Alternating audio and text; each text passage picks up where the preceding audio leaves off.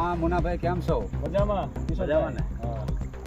આપણે મુનાભાઈ આવતી 4/3/2026 રોજ સાંજે 7 વાગ્યે ગઢડા મુકામે કડક કાર્યનું આયોજન કરેલું છે. તો તમે અને સાથી મિત્રો બધાને પધારવાનું છે. પધારવાનું કારણ એવું છે કે મૂળી તાલુકાની અંદર લગભગ છેલ્લા 30-35 વર્ષથી બીજેપીનું શાસન છે અને એ શાસન દરમિયાન લોકો પીડાઈ રહ્યા છે. અને બીજેપી દ્વારા આમ જુઓ તો રાજકોટમાં જંગલેશ્વરમાં હજારોના સંખ્યામાં મકાનો પાડતા નાના લોકો પીડાઈ રહ્યા. આખા ગુજરાતમાં આવી સમસ્યા છે. આ સમસ્યાને જો આપણે હટાવી હોય તો આવનારી તાલુકા પંચાયત અને જિલ્લા પંચાયતની ચૂંટણીમાં આપણે સૌએ બહાર આવવું પડે. તો એમાં તમારું શું માનવું?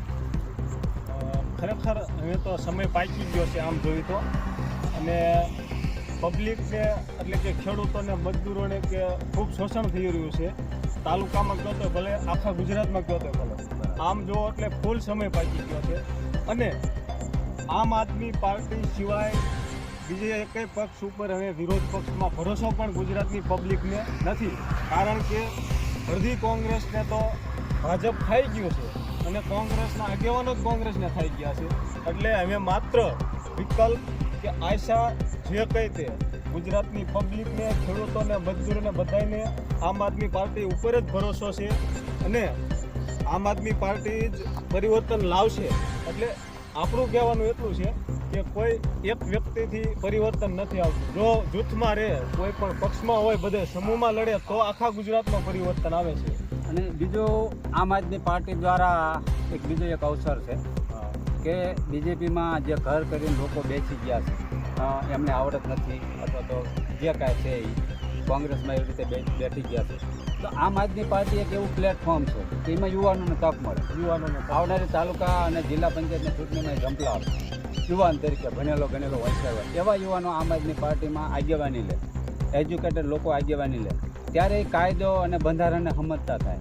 બરાબર? તો આ બંધારણ મુજબ જ્યાં સરકાર નથી ચાલતી, જે ઘણી વખત આપણે ગોપાલભાઈ ઇટાલિયાએ દર રોજ એક વિડીયો બનાવી અને એક મિનિસ્ટર કે મંત્રીનું કંઈક ને કંઈક બારું લાવે છે.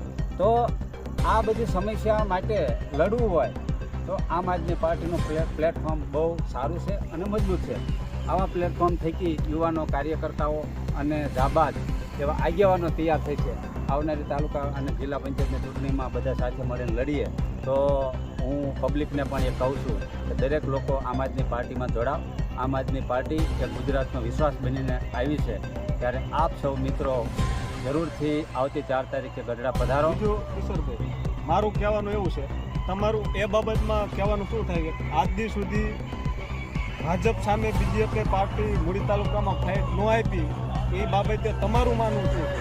એમાં મેં જ્યાં સુધી હું જોઉં છું ત્યારથી તો તાલુકામાં ભાજપ અને બીજેપીના જે સંગઠનવાળા જે હોય ઉપર જે પ્રમુખ લેવલના લોકો હોય એ આવતી તાલુકા પંચાયતની જ્યારે ચૂંટણી આવે ને ત્યારે સાથે મળીને ટિકિટની યાંતણી કરતા કે લોકોનું કામ કરશે એવા લોકોને ટિકિટ ક્યારે આપવામાં આવતી નથી. અમારું કીધું કરશે એવા લોકોને સતત ટિકિટ આપી અને એમને જીતાડે. અને આપણને અપેક્ષા હોય કે ભાઈ અમારા મુનાભાઈ ઉમેદવાર છે અને અમારા સમાજના તો આપણે જીતાડી દેવી. પણ મુનાભાઈ જ્યારે ટિકિટ લઈને આવ્યા ત્યારથી નથી ગુલામ થઈને આવ્યા હતા. તો એવા લોકોને કાં આપણે જીતાડશું તો એમાં કાંઈ વળવાનું નથી. અને આ એક મૂળભૂત સમસ્યા રહે. અને આમ આદમી પાર્ટી થકી આપણે જ યુવાનોને તૈયાર કરવાના છે, આપણે જ ટિકિટ આપવાની છે અને આપણે જ લડાવવાના છે. આપણા મતથી આપણા જે તાલુકા પંચાયત જીતમાં ઉમેદવાર ઊભા રહે આપણે એને મજબૂતાઈ જીતાડવી અને બની શકે તો એવા ઉમેદવારો આપણે આપવી કે થોડા ભણેલા એજ્યુકેટેડ હોય. તમારું માનવું ખરેખર સાચું છે. તમે જે કીધું ને એ નિવેદન ઉપર રાહુલ ગાંધીજી ખુદ પણ આવેલા છે કે અમુક નેતાઓ કોંગ્રેસના બીજેપીના ઈશારે કામ કરે છે. એટલે જેમ ગુજરાતમાં એમને કીધું હતું એમને આખા ગુજરાતમાં, એમ તમારું કેવું એવું છે કે તાલુકામાં પણ એ જ પોઝિશન છે? હા, આખા ગુજરાતમાં છે. પણ આપણે તો નાના માણસો છે, ખેતી કરતા હોય, મજૂરી કરતા હોય, એટલે આપણને તો બહુ રાજકીય જ્ઞાન ન હોય. પણ જે સમસ્યા મેં મારા નજરે 1-2 મુદ્દામાં જોઈ છે તો જે બોલે એવો આગેવાન હોય એને સાઇડલાઇન કરવામાં આવે અને વિરોધ કરે એવા વ્યક્તિને સાઇડલાઇન કરવામાં આવે.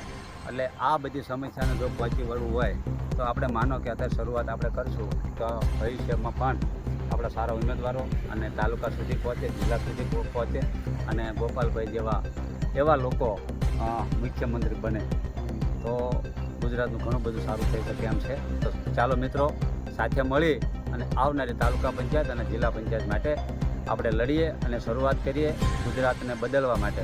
આભાર.